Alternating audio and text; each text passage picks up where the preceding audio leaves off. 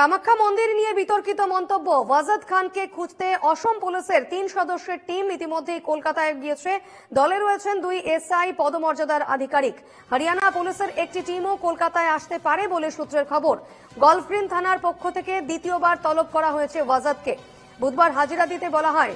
রবিবার থেকেই পলাতক ওয়াজেদ। ইতিমধ্যেই অসম পুলিশের একটি টিম কলকাতায় এসেছে এবং ওয়াজেদের বিরুদ্ধে এফআইআর হয়েছে গুয়াহাটি, মুম্বাই, রাজস্থান ও কলকাতায়।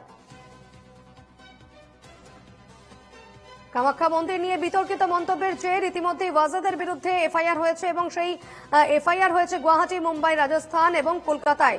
কলকাতায় পৌঁছলো অসম পুলিশের 3 সদস্যের একটি টিম। বিস্তারিত জানবো, সরাসরি রয়েছেন আমাদের সঙ্গে রয়েছেন প্রতিনিধি সুস্মিত মজুমদার। সুস্মিত, ইতিমধ্যেই অসম পুলিশের টিম এসে গিয়েছে কলকাতায়। ওয়াজেদ খানের বিরুদ্ধে যে অভিযোগ রয়েছে, বিতর্কিত মন্তব্য করার কারণ তার বিরুদ্ধে যেভাবে এফআইআর হয়েছে, সেই বিষয়ে আলোচনা করতে একটি টিম অসম থেকে চলে এসেছে কলকাতায়। এই মুহূর্তে কি তথ্য আছে? দেখো দীপনদা, যেটা জানা গিয়েছে সূত্র মারফত, গতকাল রাতেই কিন্তু আসাম পুলিশের 3 সদস্যের প্রতিনিধি দল, তার মধ্যে 2 জন এসআই পদমর্যাদা সম্পন্ন তারা রয়েছেন এবং আরো একজন, তারা কিন্তু ইতিমধ্যে কলকাতায় এসে পৌঁছে গিয়েছেন। কলকাতা পুলিশের সঙ্গে তাদের কথা হয়েছে। কলকাতা পুলিশের সঙ্গে কথোপকথনের পর তারা বিভিন্ন জায়গায় রয়েছেন এবং তারা রেইড করছেন। তারা জানার চেষ্টা করছেন এই ওয়াজিদ কোথায় রয়েছে, কোথায় গা ঢাকা দিয়ে রয়েছে, সেটাই কিন্তু তাকে খোঁজার চেষ্টা করা হচ্ছে। তার কারণ এর আগেও কিন্তু একে ডাকা হয়েছিল গলগ্রিন থানায়, সেখানে কিন্তু তিনি গড় হাজির ছিলেন এবং আজকে কিন্তু তাকে জরুরি ভিত্তিক আজকে দেখা করতেই হবে, এই ভিত্তিতে তার কাছে নোটিশ দিয়েছিল। যদিও তার পরিবারের লোকজন তার দাবি যে তিনি এর সঙ্গে কোনোভাবেই যুক্ত নয়, তাকে পাঠানো হচ্ছে, কোনো ফেক আইডি দিয়ে এই ঘটনা ঘটানো হয়েছে। কিন্তু তারপরেও তিনি কিন্তু পলাতক, অর্থাৎ গা ঢাকা দিয়েছেন, পুলিশের চোখে ধুলো দিয়ে তিনি বিভিন্ন জায়গায় লুকিয়ে বেড়াচ্ছেন। কোথায় রয়েছেন সেই জিনিসটা কিন্তু জানার চেষ্টা করছে আসাম পুলিশের যে প্রতিনিধি দল।